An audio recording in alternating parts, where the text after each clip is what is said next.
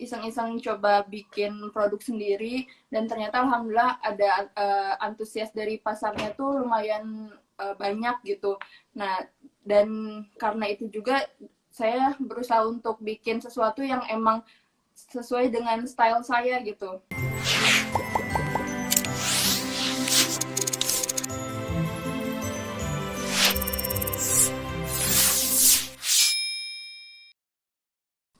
Nah, latar belakangnya usaha Vanessa Chick ini apa, Mbak? Jadi dulu sebenarnya kita masih nge-resellerin gitu produk orang lain. Nah, terus iseng-iseng coba bikin produk sendiri dan ternyata alhamdulillah ada antusias dari pasarnya tuh lumayan banyak gitu. Nah, dan karena itu juga saya berusaha untuk bikin sesuatu yang emang sesuai dengan style saya gitu. Diimbangin dengan minat pasar juga kebutuhan pasarnya tuh kayak gimana gitu. Oh, jadi awalnya tuh dulu reseller ya, Mbak, ya? Nggak langsung buka usaha sendiri. Maksudnya Iya, produk sendiri. nge-resellerin dulu supaya ini juga mungkin bisa jadi tips untuk yang lain. Kalau misalnya kita minat sama suatu apa ya kayak produk atau bikin sesuatu, lebih baik kita jadi reseller dulu gitu, biar kita tahu kolamnya tuh kayak gimana, nggak tiba-tiba kita punya modal terus dihabisin gitu. Jadi kan saat aku jadi reseller itu tahu apa minat orang tuh pada warna apa lebih banyaknya, terus kayak sistem pengelolaan produksinya, udah gitu kayak apa ya, pokoknya jadi belajar gitu di si brand itu tuh, kita belajar dulu gitu. Berarti modal resellernya lebih sedikit ya, Mbak, ya? Iya, itu juga lebih sedikit, terus nanti keuntungannya bisa kita kembangin sedikit demi sedikit sampai akhirnya nanti mampu buat bikin produksi sendiri gitu. Oh gitu, itu dulu awalnya tahun berapa? Itu tuh awal bikin kurang lebih tahun 2017 pas udah sekitar 2-3 tahunan gitu jadi reseller orang. Nah, terus perkembangan dari reseller menuju ke Vanessa Chick itu gimana, Mbak?